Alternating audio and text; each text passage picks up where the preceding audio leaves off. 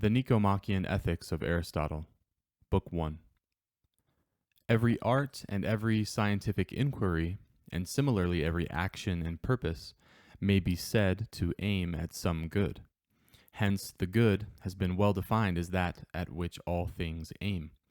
But it is clear that there is a difference in the ends, for the ends are sometimes activities and sometimes results beyond the mere activities. Also, where there are certain ends beyond the actions, the results are naturally superior to the activities. As there are various actions, arts, and sciences, it follows that the ends are also various. Thus, health is the end of medicine, a vessel of shipbuilding, victory of strategy, and wealth of domestic economy. It often happens that there are a number of such arts or sciences which fall under a single faculty, as the art of making bridles, and all such other arts as make the instruments of horsemanship under horsemanship. And this again, as well as every military action under strategy, and in the same way other arts or sciences under other faculties.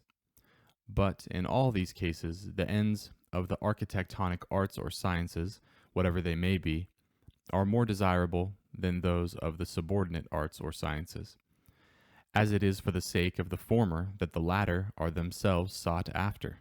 It makes no difference to the argument whether the activities themselves are the ends of the actions or something else beyond the activities as in the above-mentioned sciences. If it is true that in the sphere of action there is an end which we wish for its own sake, and for the sake of which we wish everything else, and that we do not desire all things for the sake of something else, for if that is so, the process will go on ad infinitum, and our desire will be idle and futile. It is clear that this will be the good or the supreme good. Does it not follow, then, that the knowledge of this supreme good is of great importance for the conduct of life, and that, if we know it, we shall be like archers, who have a mark at which to aim? We shall have a better chance of attaining what we want? But if this is the case, we must endeavor to comprehend, at least in outline, its nature, and the science or faculty to which it belongs.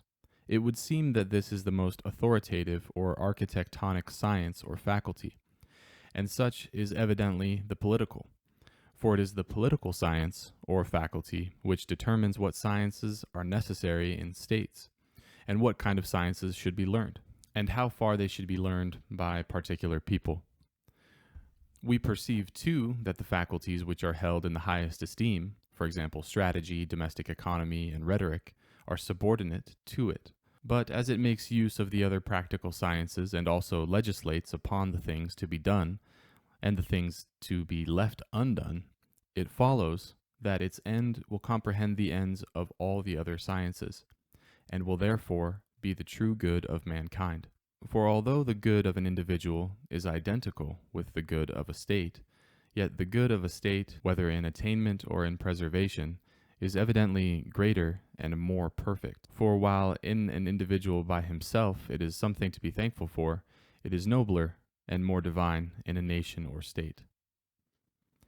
These then are the objects at which the present inquiry aims, and it is in a sense of political inquiry. But our statement of the case will be adequate, if it be made with all such clearness as the subject matter admits. For it would be as wrong to expect the same degree of accuracy in all reasonings as in all manufactures. Things noble and just, which are the subjects of investigation in political science, exhibit so great a diversity and uncertainty that they are sometimes thought to have only a conventional and not a natural existence. There is the same sort of uncertainty in regard to good things, as it often happens that injuries result from them. Thus, there have been cases in which people were ruined by wealth or again by courage. As our subjects, then, and our premises are of this nature, we must be content to indicate the truth roughly and in outline. And as our subjects and premises are truly general but not universal, we must be content to arrive at conclusions which are only generally true. It is right to receive the particular statements which are made in the same spirit, for an educated person will expect accuracy in each subject only so far as the nature of the subject allows. He might as well accept probable reasoning from a mathematician as require demonstrative proofs from a rhetorician. but everybody is competent to judge the subjects which he understands, and is a good judge of them. It follows that in particular subjects, it is a person of special education, and in general a person of universal education who is a good judge. Hence the young are not proper students of political science, as they have no experience of the actions of life which form the premises and subjects of the reasonings. Also, it may be added that from their tendency to follow their emotions, they will not study the subject to any purpose or profit, as its end is not knowledge but action. It makes no difference whether a person is young in years or youthful in character, for the defect of which I speak is not one of time, but is due to the emotional character of his life and pursuits. Knowledge is as useless to such a person as it is to an intemperate person. But where the desires and actions of people are regulated by reason, the knowledge of these subjects will be extremely valuable. Chapter 2.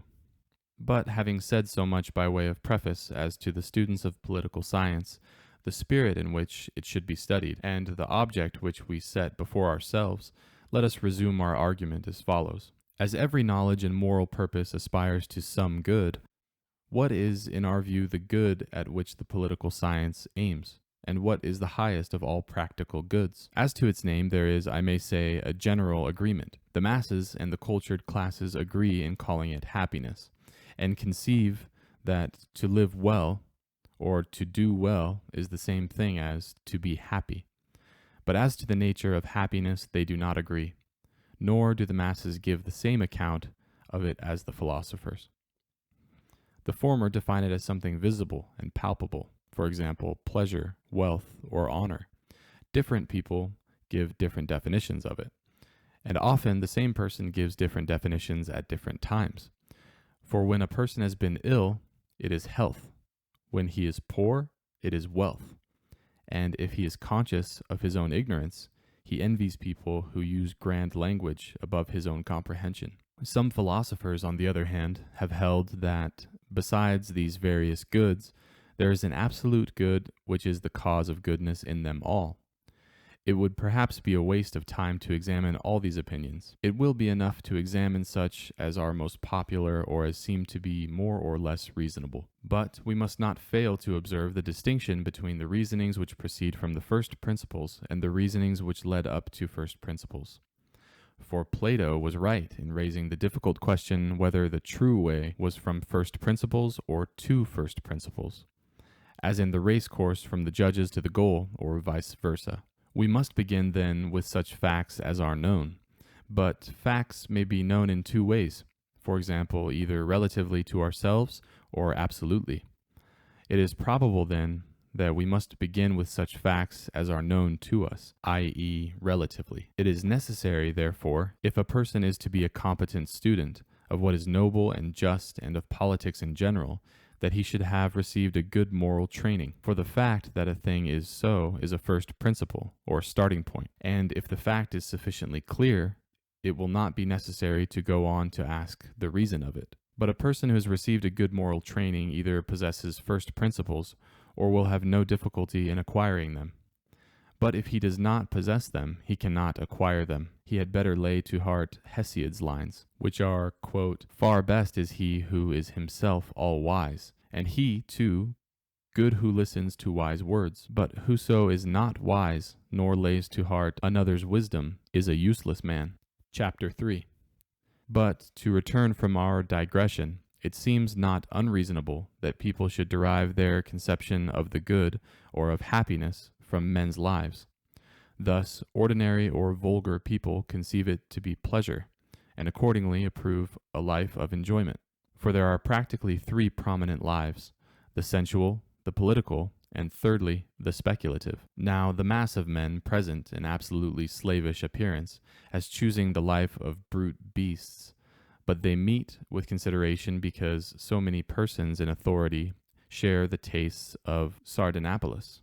Cultivated and practical people, on the other hand, identify happiness with honor, as honor is the general end of political life. But this appears too superficial for our present purpose, for honor seems to depend more upon the people who pay it than upon the person to whom it is paid, and we have an intuitive feeling that the good is something which is proper to a man himself, and cannot easily be taken away from him.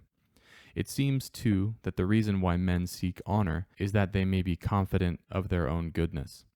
Accordingly, they seek it at the hands of the wise, and of those who know them well, and they seek it on the ground of virtue. Hence it is clear that in their judgment, at any rate, virtue is superior to honor. It would perhaps be right, then, to look upon virtue rather than honor as being the end of the political life.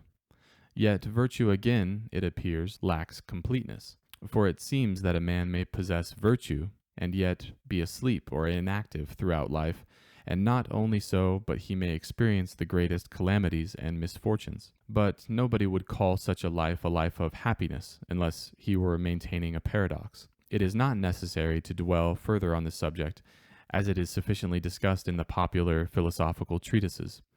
The third life is the speculative, which we will investigate hereafter. The life of money-making is in a sense a life of constraint, and it is clear that wealth is not the good of which we are in quest, for it is useful in part as a means to something else. It would be a more reasonable view, therefore, that the things mentioned before, sensual pleasure, honor, and virtue, are ends than that wealth is, and they are things which are desired on their own account. Yet these two are apparently not ends, although much argument has been employed to show that they are. Chapter 4. We may now dismiss this subject, but it will perhaps be best to consider the universal good and to discuss the meaning in which the phrase is used.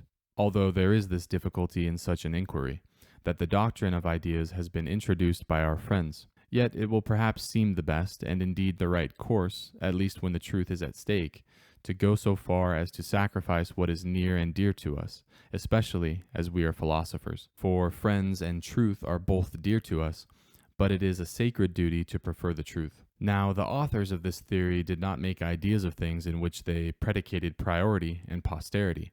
Hence, they did not constitute an idea of numbers. But good is predicated equally of substance, quality, and relation, and the absolute or essential, i.e., substance, is in its nature prior to the relative, as relatively it is like an offshoot or accident of existence.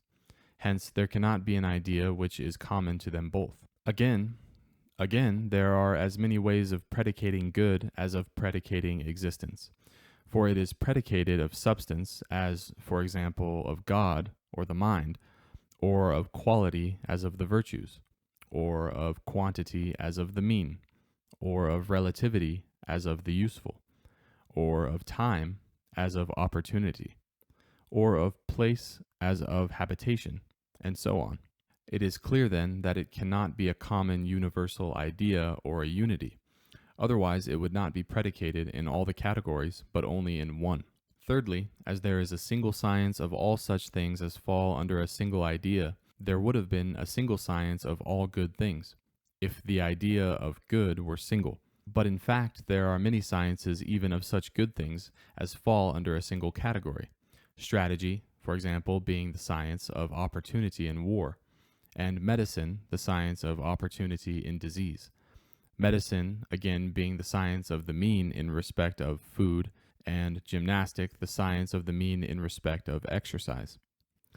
It would be difficult, too, to say what is meant by the absolute in anything, if in absolute man and in man there is one and the same conception of man.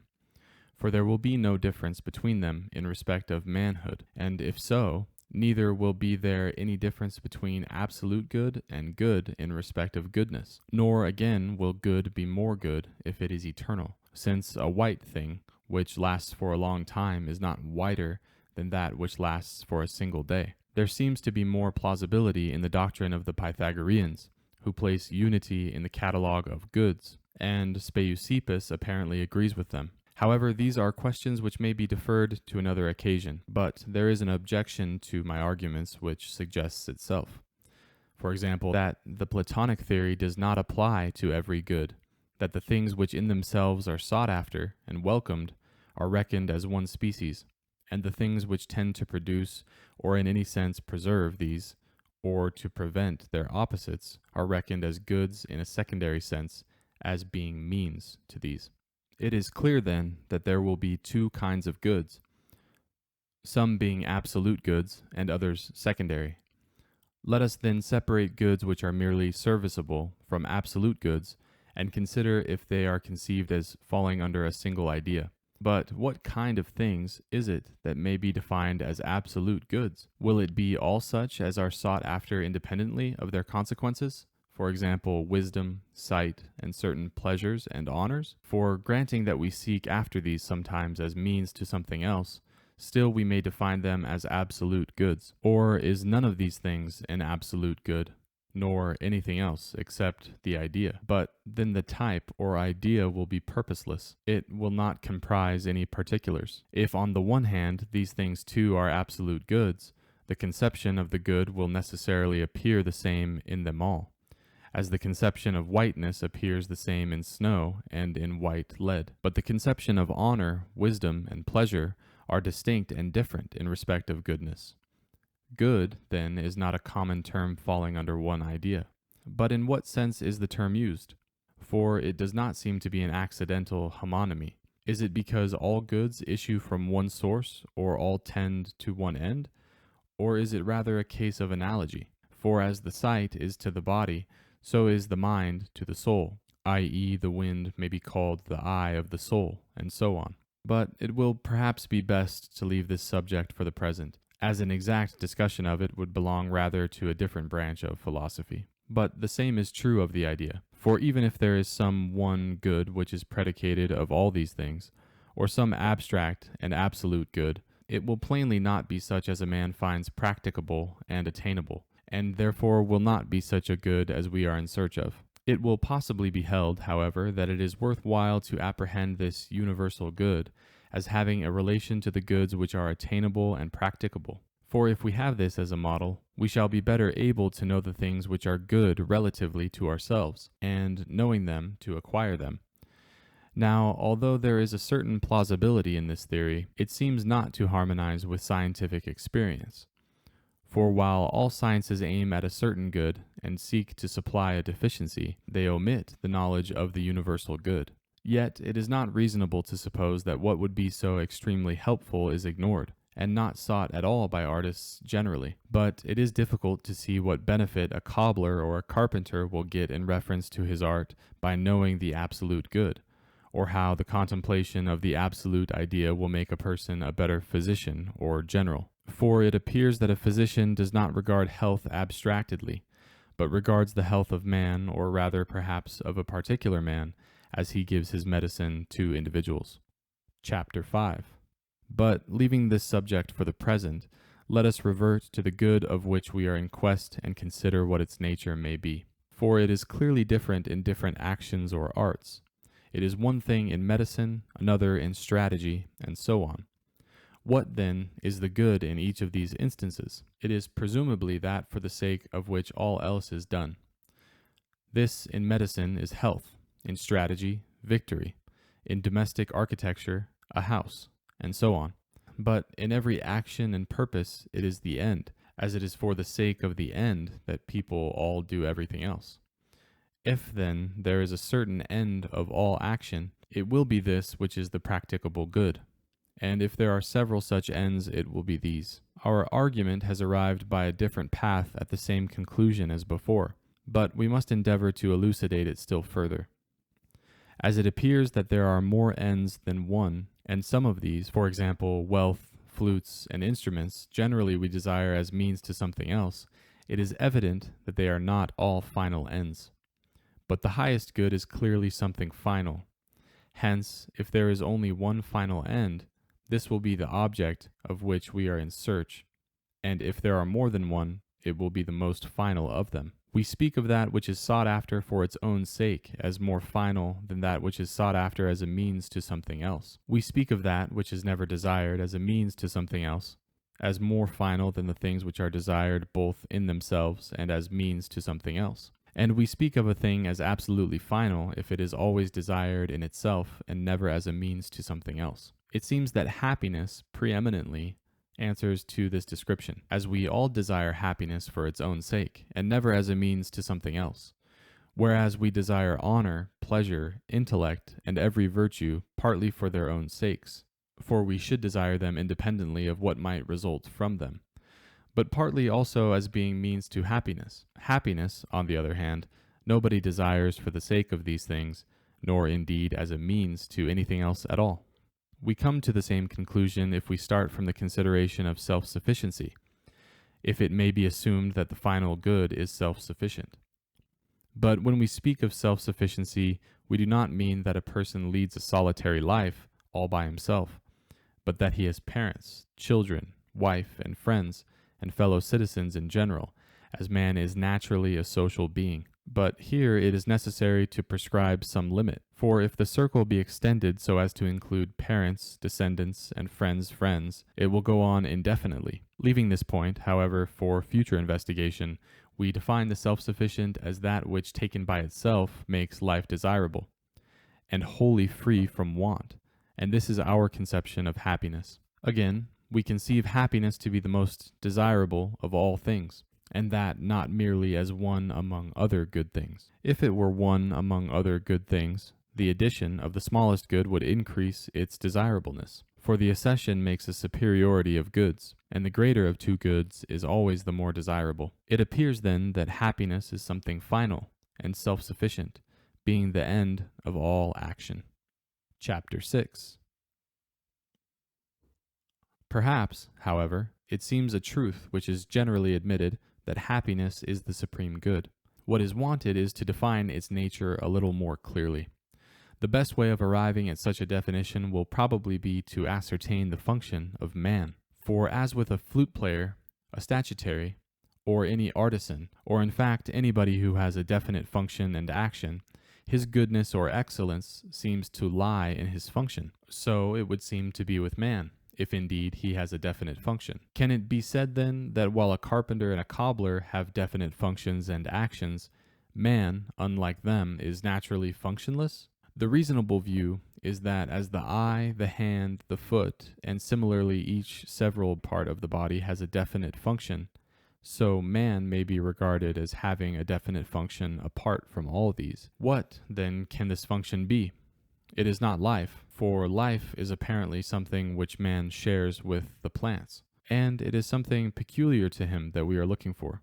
We must exclude, therefore, the life of nutrition and increase. There is next what may be called the life of sensation, but this too is apparently shared by man with horses, cattle, and all other animals. There remains what I may call the practical life of the rational part of man's being, but the rational part is twofold. It is rational partly in the sense of being obedient to reason, and partly in the sense of possessing reason and intelligence.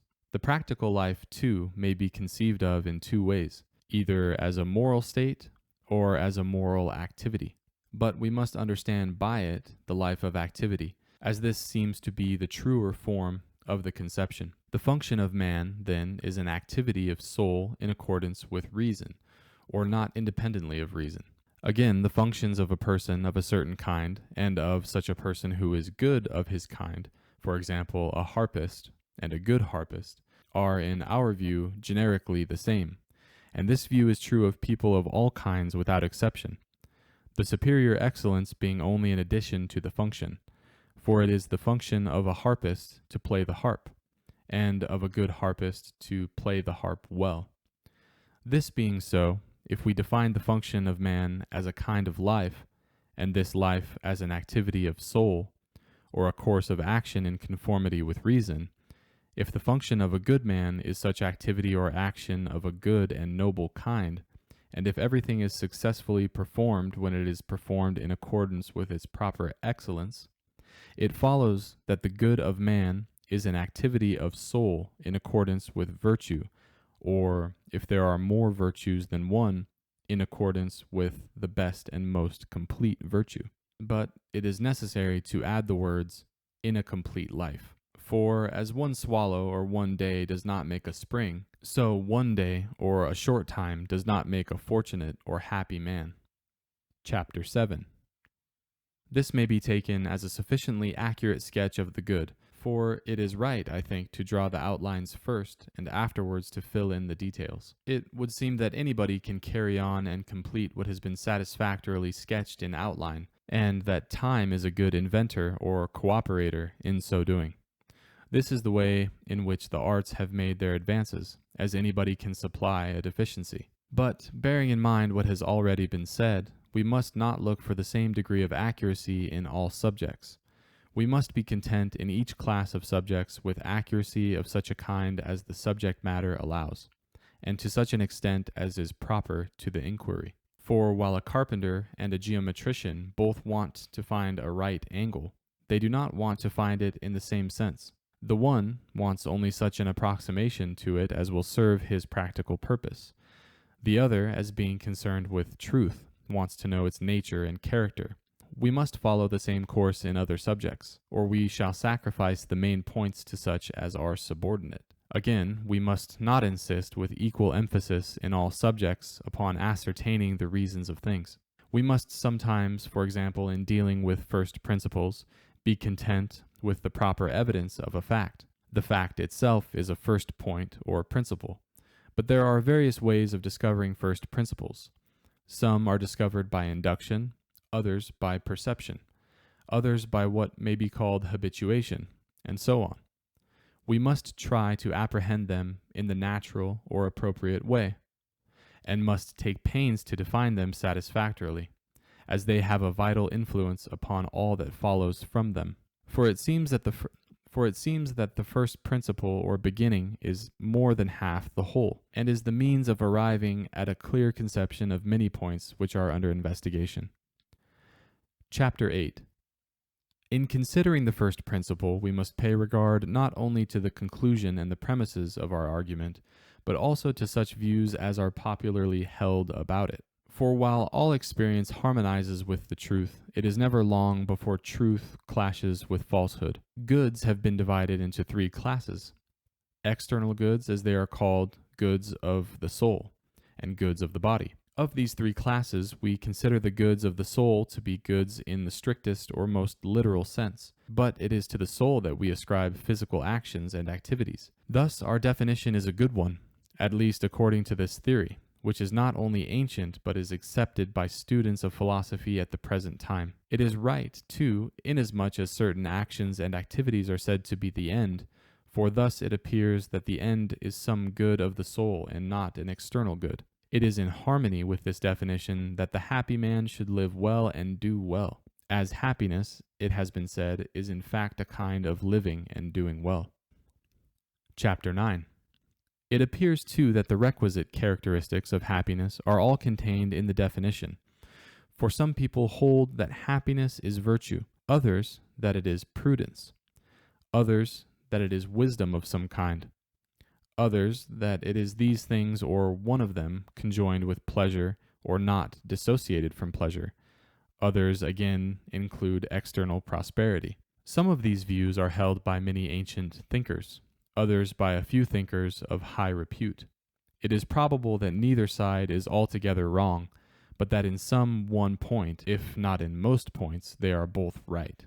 Now the definition is in harmony with the view of those who hold that happiness is virtue or excellence of some sort, for activity in accordance with virtue implies virtue. But it would seem that there is a considerable difference between taking the supreme good to consist in acquisition or in use, in a moral state or in activity. For a moral state, although it exists, may produce nothing good. For example, if a person is asleep or has in any other way become inactive. But this cannot be the case with an activity, as activity implies action and good action. As in the Olympian Games, it is not the most beautiful and strongest persons who receive the crown, but they who actually enter the lists as combatants, for it is some of these who become victors. So it is they who act rightly that attain to what is noble and good in life. Again, their life is pleasant in itself, for pleasure is a physical fact, and whatever a man is said to be fond of is pleasant to him. For example, a horse to one who is fond of horses, a spectacle to one who is fond of spectacles, and similarly just actions to a lover of justice, and virtuous actions in general to a lover of virtue. Now most men find a sense of discord in their pleasures, because their pleasures are not such as are naturally pleasant. But to the lovers of nobleness, natural pleasures are pleasant. It is actions in accordance with virtue that are naturally pleasant. Such actions, then, are pleasant both relatively to these persons and in themselves. Nor does their life need that pleasure should be attached to it as a sort of amulet. It possesses pleasure in itself. For it may be added that a person is not good if he does not take delight in noble actions, as nobody would call a person just if he did not take delight in just actions, or liberal if he did not take delight in liberal actions, and so on.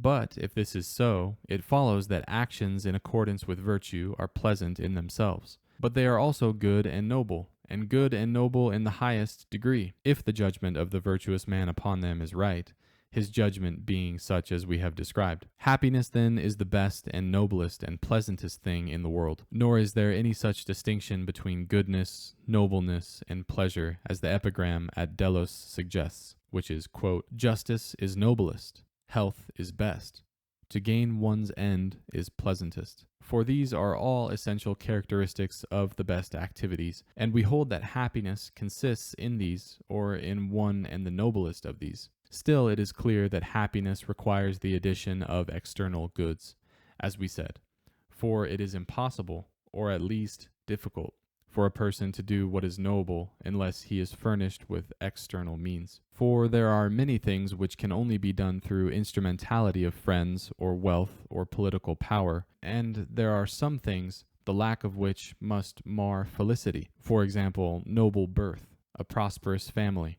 and personal beauty. For a person is incapable of happiness if he is absolutely ugly in appearance, or low-born, or solitary and childless, and perhaps still more so if he has exceedingly bad children or friends, or has had good children or friends and has lost them by death. As we said, then, it seems that prosperity of this kind is an indispensable addition to virtue.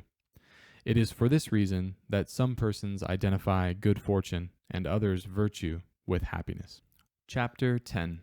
The question is consequently raised whether happiness is something that can be learned or acquired by habit or discipline of any other kind, or whether it comes by some divine dispensation or even by chance. Now, if there is anything in the world that is a gift of the gods to men, it is reasonable to suppose that happiness is a divine gift, especially as it is the best of human things. This, however, is perhaps a point which is more appropriate to another investigation than the present. But even if happiness is not sent by the gods, but is the result of virtue and of learning or discipline of some kind, it is apparently one of the most divine things in the world. For it would appear that that which is the prize and the end of virtue is the supreme good, and is in its nature divine and blessed. It will also be widely extended, for it will be capable of being produced in all persons, except such as are morally deformed, by a process of study or care.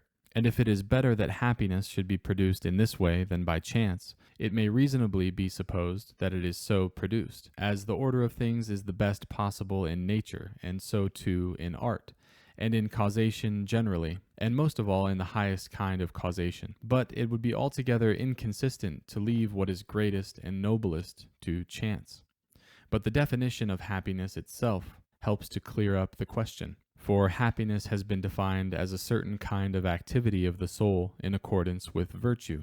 Of the other goods, for example, of goods besides those of the soul, some are necessary as antecedent conditions of happiness. Others are in their nature cooperative and serviceable as instruments of happiness. Of the other goods, for example, of goods besides those of the soul, some are necessary as antecedent conditions of happiness. Others are in their nature cooperative and serviceable as instruments of happiness. The conclusion at which we have arrived agrees with our original position, for we laid it down that the end of the political science is the supreme good.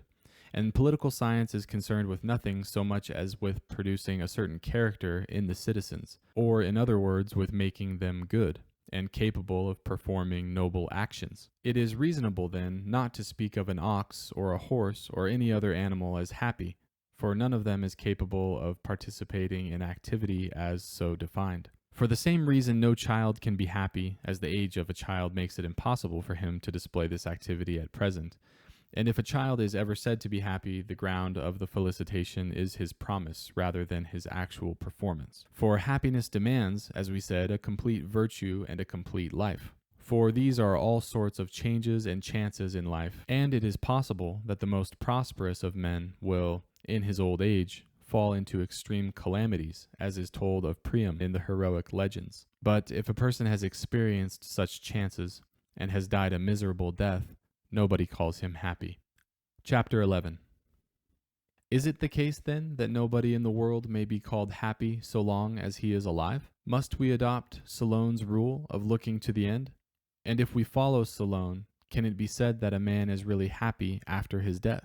Surely such a view is wholly absurd, especially for us who define happiness as a species of activity. But if we do not speak of one who is dead as happy, and if Solon's meaning is not this, but rather that it is only when a man is dead that it is safe to call him fortunate as being exempt at last from evils and calamities, this again is a view which is open to some objection. For it seems that one who is dead is capable of being affected both by good and by evil in the same way as one who is living but unconscious. For example, by honors and dishonors, and by the success or reverses of his children and his descendants generally. But here again a difficulty occurs.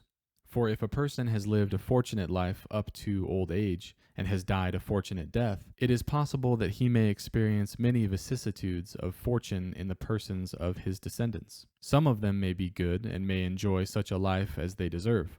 Others may be bad and have a bad life. It is clear, too, that descendants may stand in all sorts of different degrees of relationship to their ancestor. It would be an extraordinary result if the dead man were to share the vicissitudes of their fortune and to become happy at one time and miserable at another, as they become either happy or miserable. But it would be equally extraordinary if the future of descendants should not affect their parents at all or for a certain time. It will be best, however, to revert to the difficulty which was raised before, as it will perhaps afford an answer to the present question. If it is right to look to the end, and when the end comes to felicitate a person not as being fortunate, but as having been so before, surely it is an extraordinary thing that at the time when he is happy, we should not speak the truth about him, because we do not wish to call the living happy in view of the vicissitudes to which they are liable, and because we have formed a conception of happiness as something that is permanent and exempt from the possibility of change, and because the same persons are liable to many revolutions of fortune. For it is clear that if we follow the changes of fortune, we shall often call the same person happy at one time and miserable at another, representing the happy man as a sort of chameleon without any stability of position, as the iambic line would suggest. It cannot be right to follow the changes of fortune. It is not upon these that good or evil depends. They are necessary accessories of human life, as we said, but it is a man's activities in accordance with virtue that constitute his happiness, and the opposite activities that constitute his misery. The difficulty which has now been discussed is itself a witness that this is the true view. For there is no human function so constant as the activities in accordance with virtue.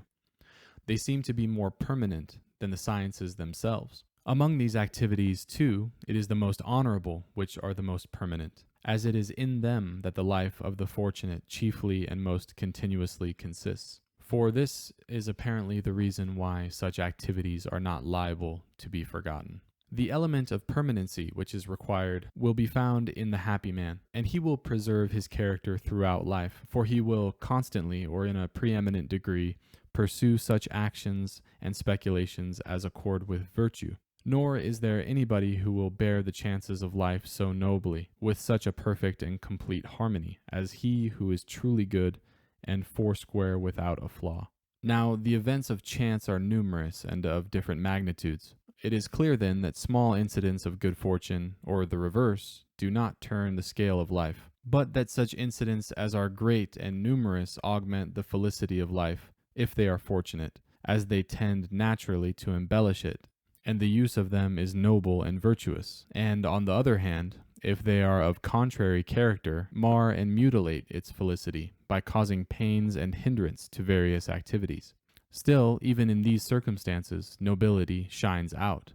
When a person bears the weight of accumulated misfortunes with calmness, not from insensibility, but from innate dignity and magnanimity. But if it is the activities which determine the life, as we said, nobody who is fortunate can become miserable, for he will never do what is hateful and mean.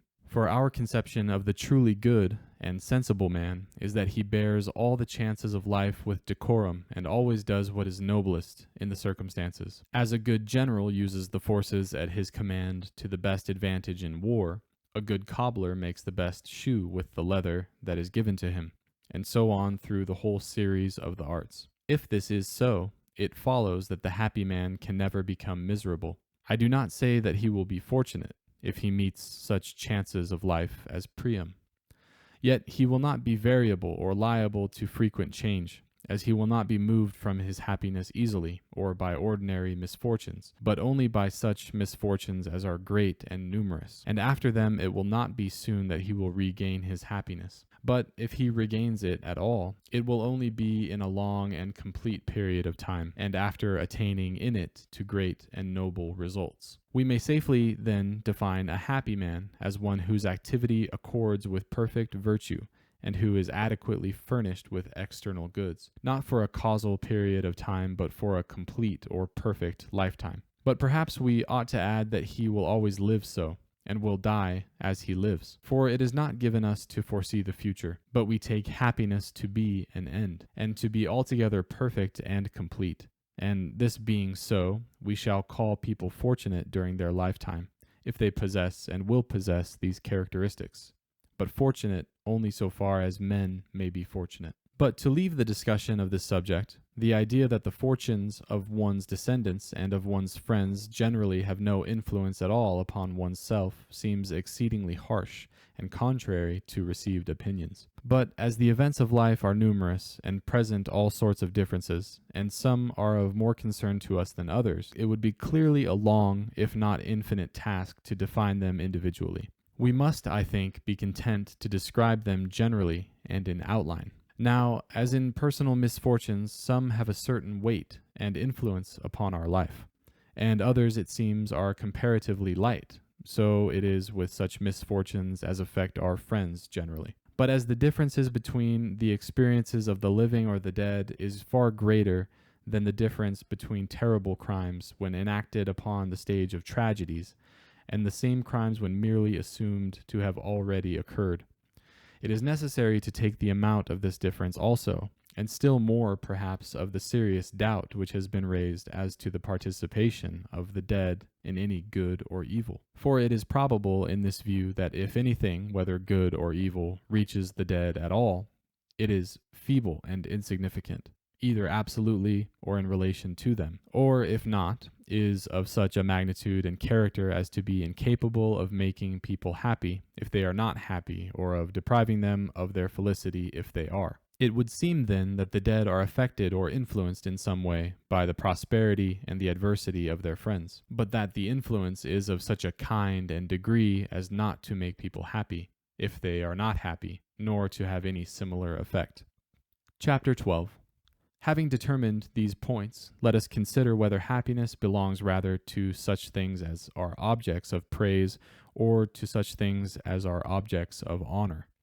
For it is clearly not a mere potential good. It appears that whatever is an object of praise is praised as possessing a certain character and standing in a certain relation to something. For we praise one who is just and manly and good in any way, or we praise virtue because of their actions and productions. We praise one who is strong and swift and so on, as naturally possessing a certain character and standing in a certain relation to something that is itself good and estimable. The truth of this statement becomes clear if we take the case of praises bestowed upon the gods. Such praise appears ridiculous as implying a reference to ourselves, and there must be such a reference because, as we said, praise invariably implies a reference to a higher standard. But if this is the nature of praise, it is clear that it is not praise but something greater and better which is appropriate to all that is best, and indeed is evident. For we speak of the gods as blessed and happy rather than as praiseworthy, and we speak of the most godlike men as blessed. It is the same with goods, for nobody praises happiness as he praises justice, but he calls it blessed, as being in its nature better and more divine.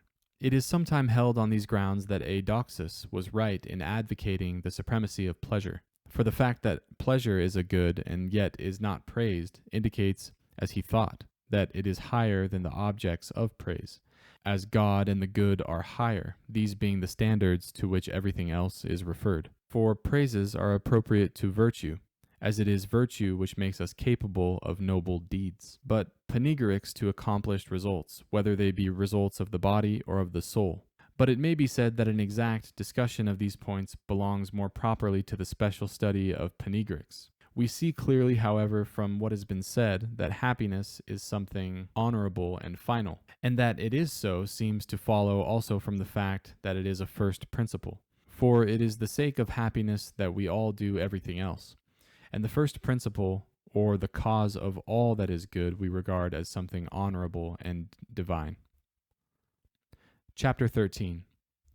Inasmuch as happiness is an activity of soul in accordance with complete or perfect virtue, it is necessary to consider virtue, as this will perhaps be the best way of studying happiness. It appears that virtue is the object upon which the true statesman has expended the largest amount of trouble, as it is his wish to make the citizens virtuous and obedient to the laws. We have instances of such statesmen in the legislators of Crete and Lacedaemon, and such other legislators that have resembled them. But if this inquiry is proper to political science, it will clearly accord with our original purpose to pursue it. But it is clear that it is human virtue which we have to consider, for the good of which we are in search is, as we said, human good, and the happiness, human happiness. But human virtue or excellence we mean not that of the body, but that of the soul, and by happiness we mean an activity of the soul. If this is so, it is clearly necessary for statesmen to have some knowledge of the nature of the soul in the same way as it is necessary for one who is to treat the eye or any part of the body to have some knowledge of it, and all the more as political science is better and more honorable than medical science.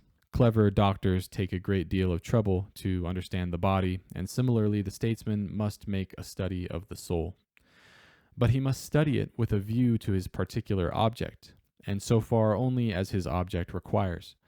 For to elaborate the study of it further would, I think, be to aggravate unduly the labor of our present undertaking. There are some facts concerning the soul which are adequately stated in the popular or exoterical discourses, and these we might rightly adopt.